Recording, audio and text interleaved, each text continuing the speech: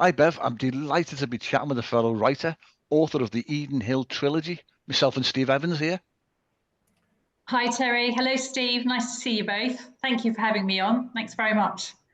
Hi, Beverley. It's great to meet you, and it's a pleasure to have you on. Now, straight into it. It says on your excellent website that you were born in Yorkshire, I was. raised in Kent, but now you're back in Yorkshire. No, you're not. Now you're back in Kent since 2021, but you've also been had a short spell in Chichester in Sussex Yes. as well. But and many other places in between. So unfortunately, I'm a serial mover. I don't know why.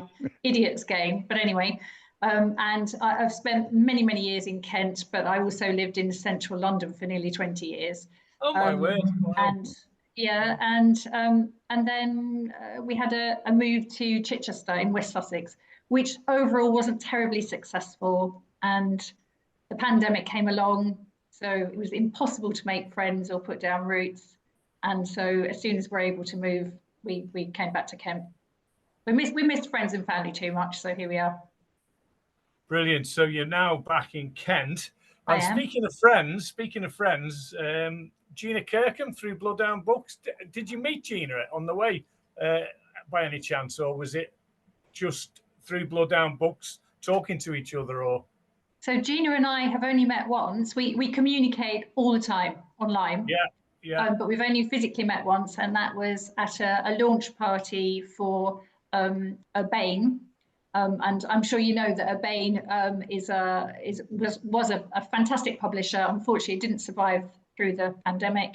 And both Gina and I and many other authors published our books with Urbane. And when Urbane sadly folded, the owner, a wonderful friend called Matthew Smith, yes, I'm sure you know him. He was kind enough to find a new home for 95% of the books that would otherwise have disappeared without trace. So yeah, I owe Matthew a great deal, and he remains a friend. But yes, Gina and I talk all the time. Yeah, she's great, isn't she? A good friend of mine, actually. Yeah, she's lovely. Yeah, she's superb. But before we focus more on your writing, tell us what you do to relax. Any hobbies? Official hobbies? The answer is probably no, but I'm always busy. So I have a dog, and I'm never happy when I'm outside walking the dog. Doesn't matter what the weather's doing. I go out miles a day. Actually, that's not quite true now, because now he's an old dog, so he can't walk as far as he used to. So I love being outside, very much an outdoor person. And I read, I cook, I listen to music, rock music, guitar bands. So there's always so much to do, and running a home, and I have a husband to look after. So and I go to the gym as well a few mornings a week. So yeah, there's always stuff going on. But hobbies, I wish I could say stamp collecting and fencing, but there's nothing like that. Okay. Dog walking and cooking then. Yeah. I particularly like baking, actually. I really enjoy making cakes. Anyway, going back to your website, it mentions that after years of working in PR, yes, you joined a creative writing class back in 2015, which inspired the first of the Eden Trilogy novels, Seeking Eden. Right. What was it about the course? Was it being involved with other fiction writers, or having a great leader on that course? What was it gave you the inspiration? Yeah, it was a number of things. Steve. So I originally, a friend signed me up sort of without really mentioning it. And I wasn't terribly keen, because I'm a very shy person. I didn't have a lot of confidence for being in a group setting. And writing was just a hobby at that point. And so I went along not knowing what to expect. And I found I really enjoyed it, but I had a fantastic tutor. She was so incredibly supportive. It was a small group, so everybody had lots of time with her, but also we used to read our work to each other, which was very revealing. And it was a mixed ability class. So there were all different levels of writers there. And I suppose I just really got into it, and I took it quite seriously. And I started we would always be given assignments, creative assignments, so we had something to come back with the following week. And I continued the thing I was writing, which became Seeking Eden. And I'd never written a novel before, and it just grew and grew. And one day I thought, actually, this is now sort of book length. So that's how it started, and I was incredibly lucky to find a publisher. So yeah, that was book number 1. The rest followed. Oh, tell us more. We'll go into more detail about the Eden novels. But tell us about Amazon. They've got their own sort of weird classification with genres. Yeah. Whatever their algorithm thinks fit. Would you class them as psychological thrillers with a touch of romance, kitchen sink type of genre? I think Amazon calls them contemporary romance. The truth is, Terry, all 3 Eden books, they're very much, they're about life. They're about life. They're set on a modern housing development, a prosperous housing estate. And we track the story of 4 different households and how they interact with each other and how life develops over a period of 5 years. So across the 3 books, there are all sorts of issues, just like in real life, you know, marriage, divorce, serious illness, infidelity. So if it happens in life, you'll find it in the Eden books. Okay. The trilogy, we mentioned that. Does the story end with the 3rd novel, or you've got these characters that are all sort of still alive in your head? You're planning on creating more? No, I think I'm done with Eden. I really enjoyed writing them, but I always saw it as a trilogy in my mind. It was always going to be a trilogy. Yeah. And I had for no particular reason, I had quite a long gap between each book. And by the time I got to the end of the 3rd book, which ended in a way that was very hopeful, but I think it completed the circle and was quite conclusive. So I mean, yes, I could reopen it, but I'm not planning to at the moment. Was it a great moment when you typed the end? Yeah, that's always the exciting bit, isn't it? You know that. You just mentioned that you had quite a long gap between the books. Yes. Was there a good reason for that? Because I know you were saying in one of your something I read anyway, that you can sometimes you're doing 1,200, 1,500 words a day, 4 times a week, which means you could probably do a book every 3 months. Did you have a gap between these books because naturally you wanted a break, or? I took a long break. I managed to get myself breast cancer, which wasn't very clever, but actually it wasn't too drastic either. I was very lucky.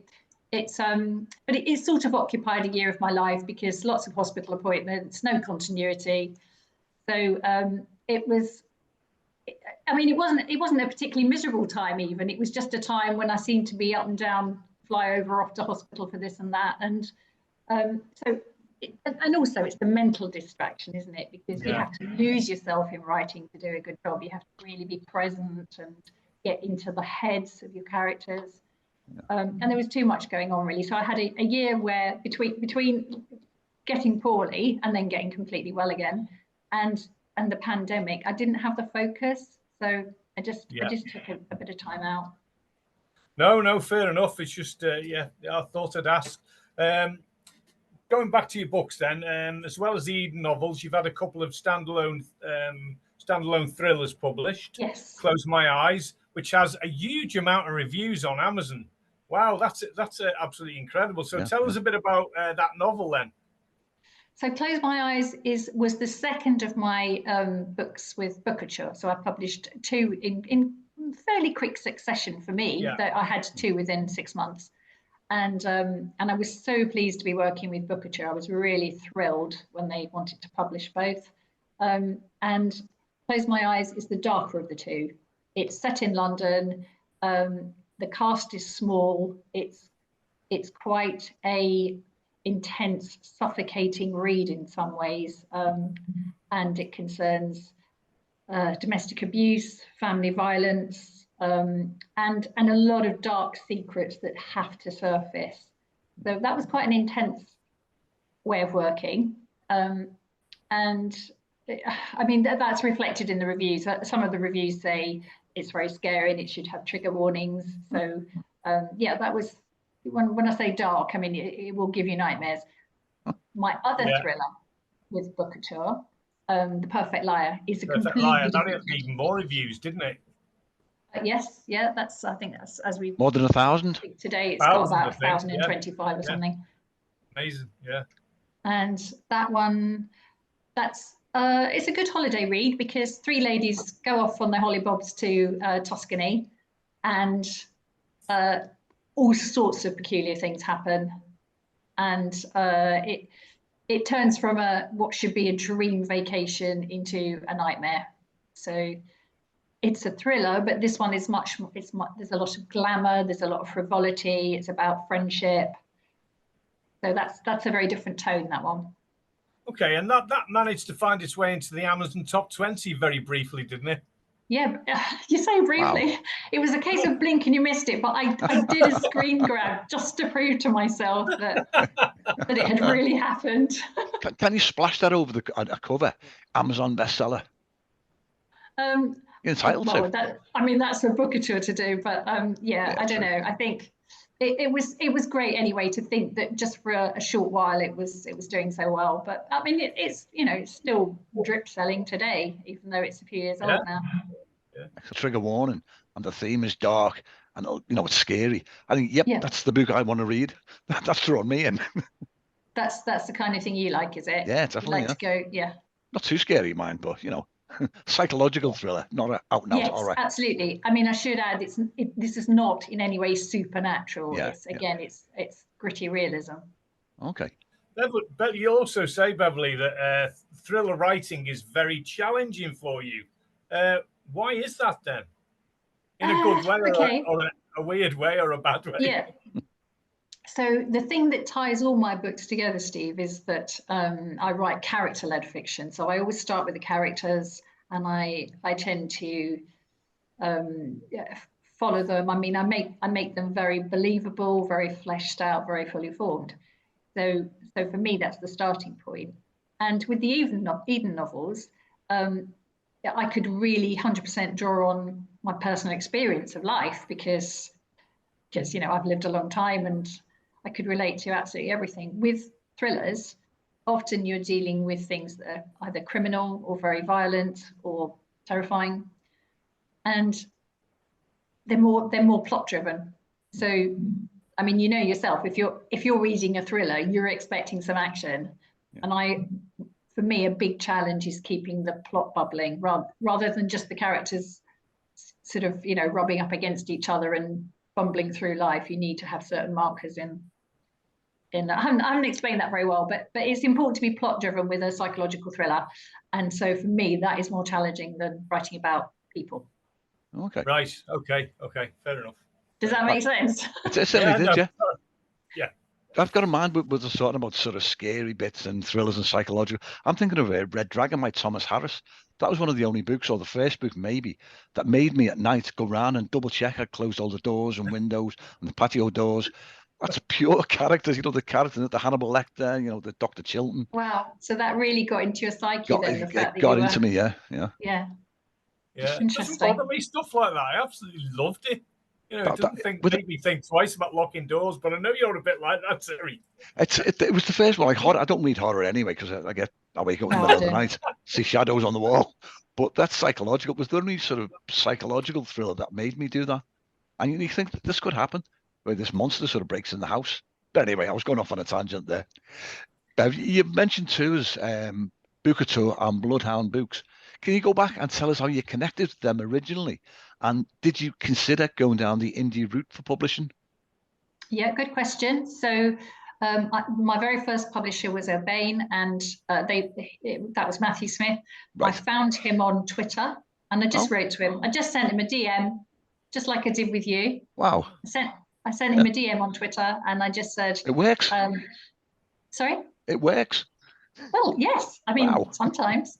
I knew he was based in Kent. I was in Kent, very nearby at the time. So I dropped him a line, and an awful lot of people had ignored my messages. I mean, not on Twitter. I was emailing and I was querying in the normal way. And Matthew was so responsive. And so we had a meeting because we were quite nearby each other. We sat and had a coffee and a chat. And by the end of it, we decided to work together. So that was the very first time I connected with a publisher. Bookouture, again, I followed them on Twitter, and I'd seen their posts on Twitter and Facebook.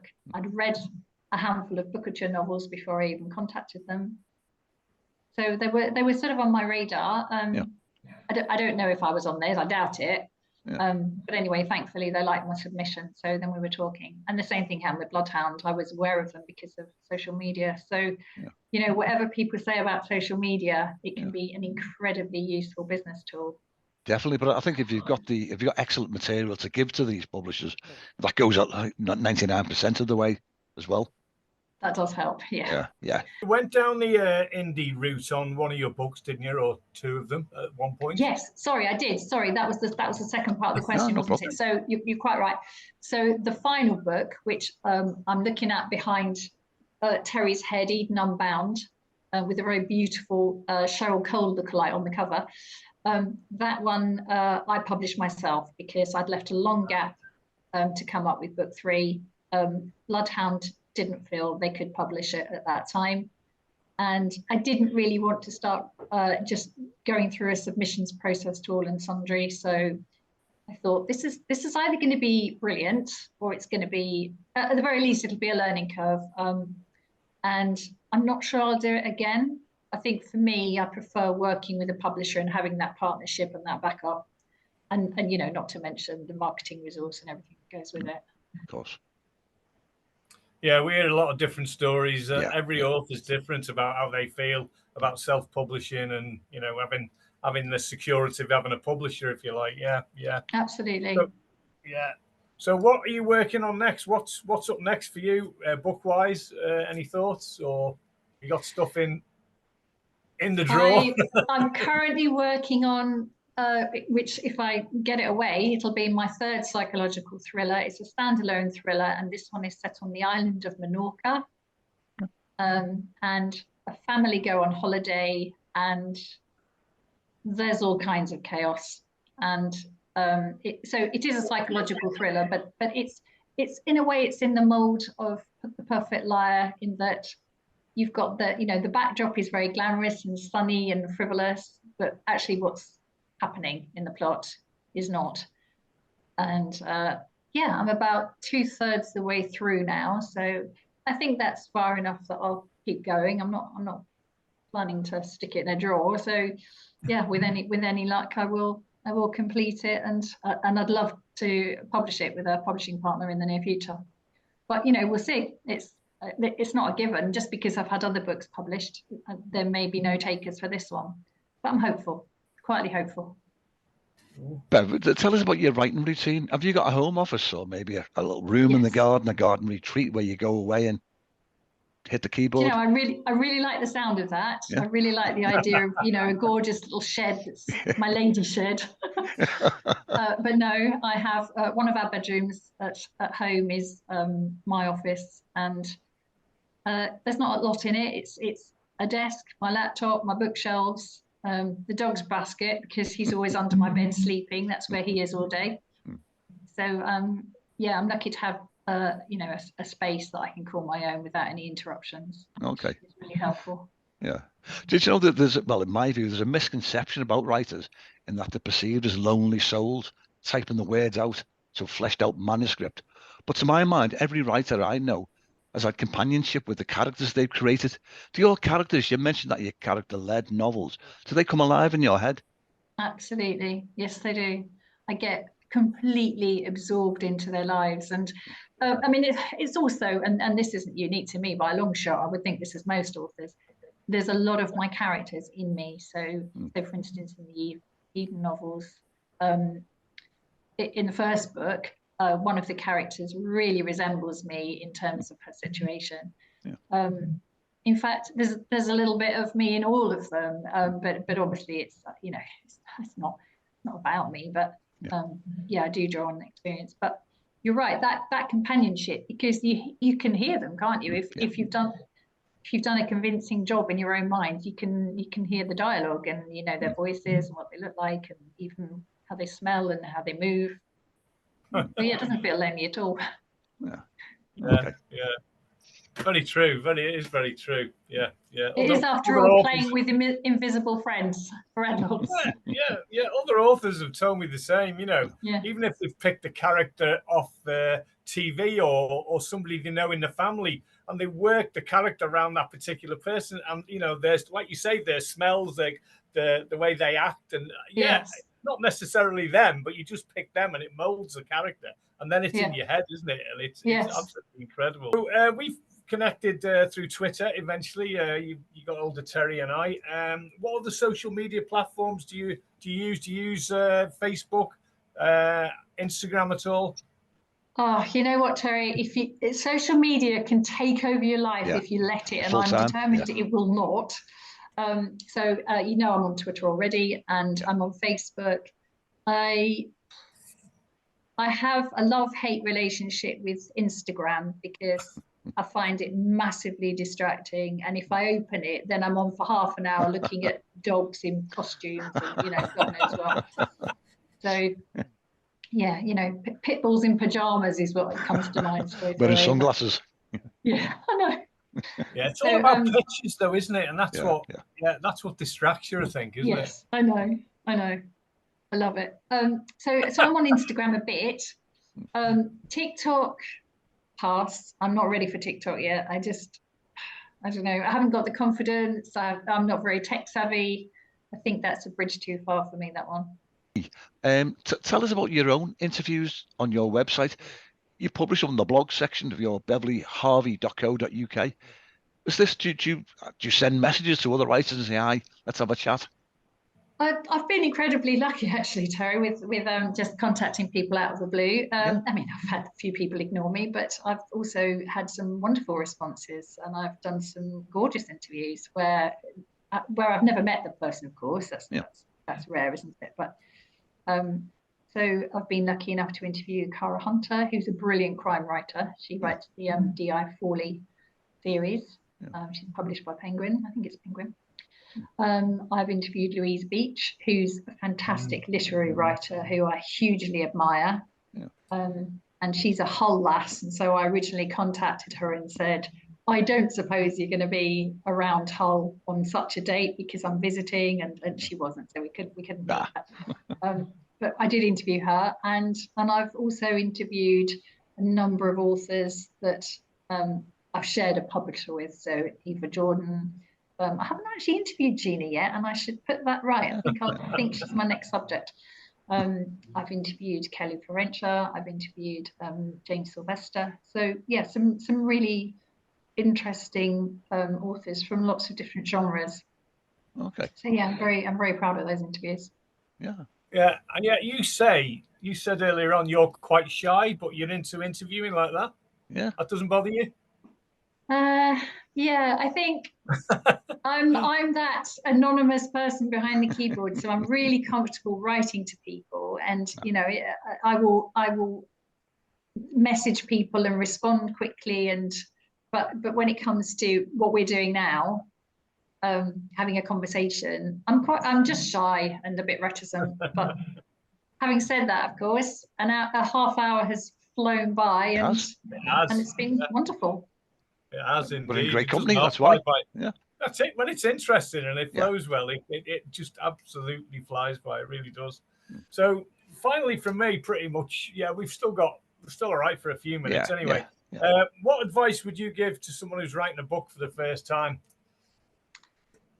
Yeah, good question. So my very first tip would be write what you know and be authentic, because you can really tell. I think you really get a sense of people, their writing integrity, if they stick with that, and also write what personally interests you, because there's never any guarantee it will get published or go anywhere, or even that others will read it. So be true to yourself with what you actually want to write about, and forget about trying to follow trends because you've heard that books about twins are popular, or books about wizards are popular, or just because that cliche about you can only spot a bandwagon from behind, it's true, isn't it? But if it's a fashion, if it's a trend, that means it's already over. So that's true. You're right. Writing to market is not a good plan. I've never heard that expression before. The bandwagon from behind. It's a picture that paints the words. That's superb. Yes, because it's off into the distance, isn't it? So if you can see it, you've missed it. Yeah. Yeah, that's it. It's bang on. If something's trending, it's too late, isn't it? Really? Yeah. Everyone's already jumped on the bandwagon. Yeah, absolutely. Brilliant. Okay. Brilliant. I noticed I just got time to add. I noticed you say you always have music on. You listen to music a lot. Have you got a particular genre of music you like?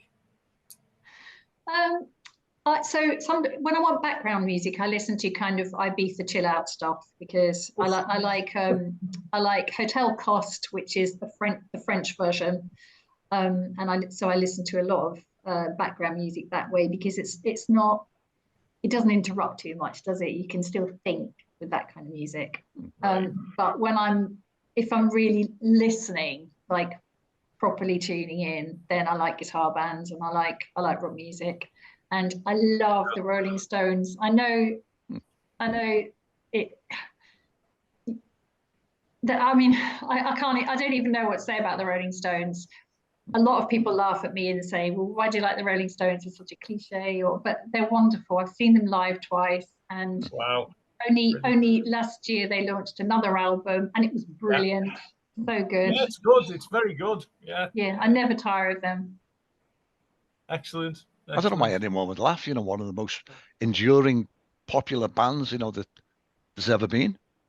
Yeah, when I say that, laugh isn't quite it. Sneer maybe. I have a few snobby muso mates who sneer a bit and say, "Oh God, they're such a cliche, and you really should be over the Stones by now." But they're wonderful, and I love everything about them. Yeah. I mean, how can you get over them when they've only just come out with more singles and more albums? Well, absolutely. The last 6 months. Yeah. Brilliant. Hackney Diamonds is a brilliant album. It's a complete return to form. It's fantastic. Yeah. Brilliant. Absolutely. Yeah, excellent. But as I mentioned, it looks like time's caught up with us, but it's been an absolute delight chatting with you. I've really enjoyed it. Oh, thank you. Absolutely, thank you very much. I've really enjoyed meeting both of you. Excellent. Yeah, really tough. Thank you. Okay. Fantastic. Well, let's keep in touch as we have been. I'd like that very much. Excellent. Okay. But for now, Bev, cheers. Thank you. Thank you. Bye-bye. Bye. Bye.